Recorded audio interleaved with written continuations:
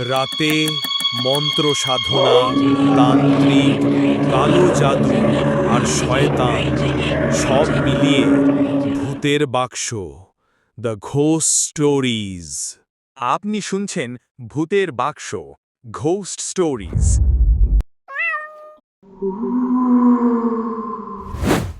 বৃষ্টি ভেজা এক শুক্রবার রাফি, শুভ, তৌফিক আর ইমো প্ল্যান করলো ঢাকার বাইরে ঘুরতে যাওয়ার।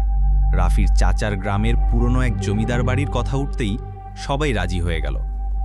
বলা হতো সেই বাড়িতে কেউ থাকে না, কিন্তু জায়গাটা এত সুন্দর আর নিঃশব্দ যে রাতে আকাশে তারা হাত ছুঁয়ে যায়।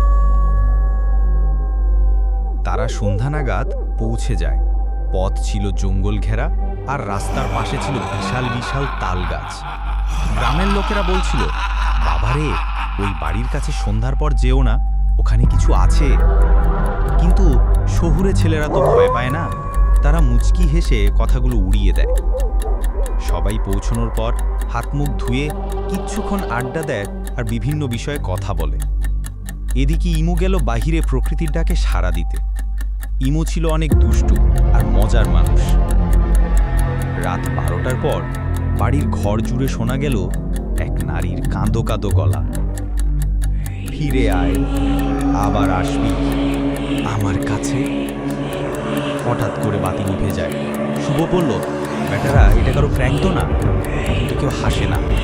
তারপরই দরজার ওপাশে ধূপধাপ পায়ের শব্দ। তৌফিক মনে করলো ইমু হয়তো মজা করছে, তাই সে বলল, ইমু, মজা করিস না, ধরতে পারলে কিন্তু তোদের খবর করে ছাড়বো।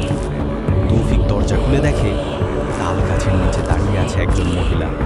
সাদা শাড়ি, খোলা চুল আর তার পা দুটো উল্টো। এক মুহূর্তে সেই মহিলা যেন উড়ে এসে তৌফিকের গলায় দাঁত বসিয়ে দেয়। রক্ত ছিটকে পড়ে দেয়ালে। তৌফিক চিৎকার করে, কিন্তু ধ্বনি চাপা পড়ে যায় সেই নারকীয় হাসির নিচে। পেতনিটা বলে ওঠে, এইখানে যারা আসে তারা আর ফিরে যায় না, তোরাও বাঁচতে পারবি না। ইমু আর রাফি দৌড় দেয়, কিন্তু ইমন পড়ে যায়। সেই পেতনি তৌফিককে ছেড়ে ইমনের দিকে দেখে আর তার মুখের ওপর উঠে বসে। তার চোখ কোটর থেকে বের হয়ে আসে। ইমনের শরীরের সব হাড় একে একে ভেঙে ফেলে সে। ইমনের সে কি কান্না! তৌফিক আর ইমনের চিৎকারে সব যেন তছনছ হয়ে যাচ্ছে। শুভ কোনো মতে রাফিকে টেনে ঘরের ভেতরে এনে দরজা বন্ধ করে। ভোর হতেই গ্রামের মসজিদের মুয়াজ্জিনে আওয়াজ পায়। ছেলেরা আরেকবার কান্নার শব্দ করছে। গ্রামের হুজুর আসেন, হাতে পানি পড়া আর তাবিজ নিয়ে। তিনি দরজার সামনে কোরআন তেলাওয়াত শুরু করেন। হঠাৎ করে পেতনির ছায়া আরেকবার জানালার সামনে দেখা যায়, কিন্তু হুজুরের তেলাওয়াতের সাথে সাথে কাঁচ ভেঙে গিয়ে সেই ছায়া ছড়িয়ে যায় ধোঁয়ার মতো। রাফি ও শুভ পড়েছিল অজ্ঞান হয়ে। হুজুর তাদের পানি পড়া খাওয়ান, কপালে ফু দেন। কয়েকদিনের চিকিৎসা আর রোকাইয়ার পর তারা সেরে ওঠে। রাফি আর শুভ ফিরে আসে শহরে, কিন্তু এখনো মাঝরাতে শুভ ঘুম ভেঙে কাঁপতে কাঁপতে বলে, ভাই, পেতনিটা আজও ঘরের কোনায় দাঁড়িয়েছিল। এই গল্প যদি তোমার ঘাড়ে ঠান্ডা বাতাস বইয়ে দেয়, তাহলে সাবস্ক্রাইব করে ফেলো ভূতের বাক্স, ঘোস্ট স্টোরি চ্যানেলটাকে, কারণ তুমি তো এখন আর একা নেই।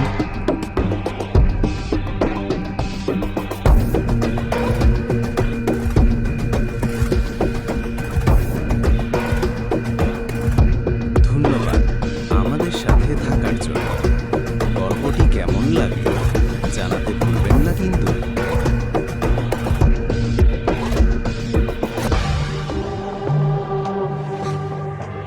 2014 সালের বর্ষাকাল। ঢাকার অদূরে একটা প্রায় পরিত্যক্ত গ্রামে চাকরি সূত্রে পোস্টিং পায় মোহিত নামের এক সরকারি কর্মকর্তা। সে সিভিল সার্ভিস পরীক্ষায় ভালো করায় পায় গোপালপুর ইউনিয়ন ভূমি অফিসে একটা দায়িত্ব। সেখানে থাকার জন্য সরকার থেকে তাকে দেওয়া হয় একটা পুরনো কাঠের দোতলা বাংলো। লোকমুখে শোনা যেত এই বাড়িটা আগে এক জমিদার পরিবার ব্যবহার করত, কিন্তু 1971 সালে তাদের সব সদস্য রহস্যজনকভাবে মারা যায়। কারো মুখেই পরিষ্কার কথা শোনা যায় না। কেউ বলে খুন, কেউ বলে গায়েব, আবার কেউ বলে ছায়ারা এসে নিয়েছিল। মোহিত প্রথমে এসব কুসংস্কার বলে উড়িয়ে দেয়।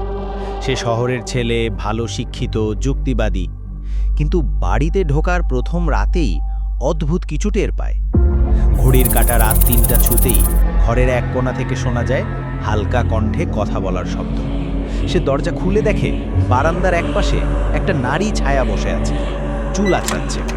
মোহিত চিৎকার করে ওঠে, লাইট অন করে দেয়, কিন্তু ছায়া আর থাকে না। পরের দিন গ্রামবাসীর একজন বৃদ্ধ বলল, এই বাড়িতে মানুষ থাকে না, ছায়ারা থাকে। ওদের সংসার আছে, ওদের সময়রেখা আমাদের সময়ের বাইরে।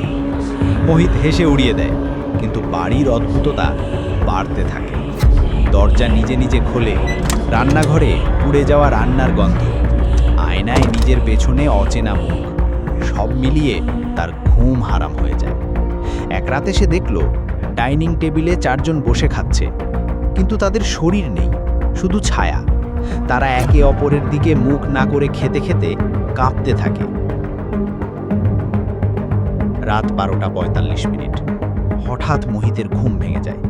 চোখ মেলেই দেখে তার বিছানার পাশেই একটা গৃহিণী পোশাক পরা নারী দাঁড়িয়ে, চোখ দুটো গলে গেছে, মুখের অর্ধেক জ্বলে যাওয়া।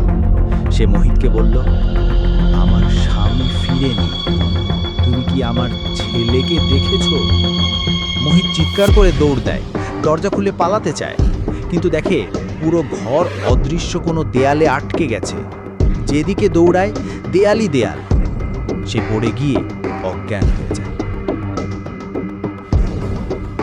পরদিন সকালে সে নিজেকে খালি বারান্দায় পড়ে থাকতে দেখে।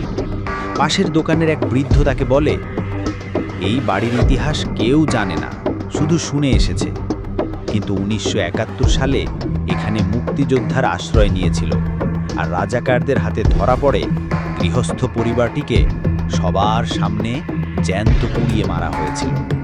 শুধু তাদের দেহ নয়, তাদের আত্মারও মুক্তি হয়নি। তখনই মোহিত গ্রামের মসজিদের ইমামকে ডেকে আনে। ইমাম এসে বাড়িতে দোয়া করেন, পানি পড়া ছিটান, কিন্তু ইমাম নিজেই এক জায়গায় এসে থেমে যান। তিনি বলেন, এই বাড়ি নয়, এই ভূমি পবিত্র নয়, এখানে মাটির নিচে আজও জ্বালিয়ে দেওয়া মানুষগুলোর শেষ আর্তনাদ আটকে আছে। মোহিত শহরে ফিরে আসে, ট্রান্সফার নিয়ে নেয়, কিন্তু মাঝে মাঝে রাতে সে ঘুম ভাঙলে দেখে জানালার ধারে দাঁড়িয়ে সেই নারী চুপচাপ তাকিয়ে আছে, আর হাতটা বাড়িয়ে বলছে, তুমি আমার ছেলেকে দেখেছো?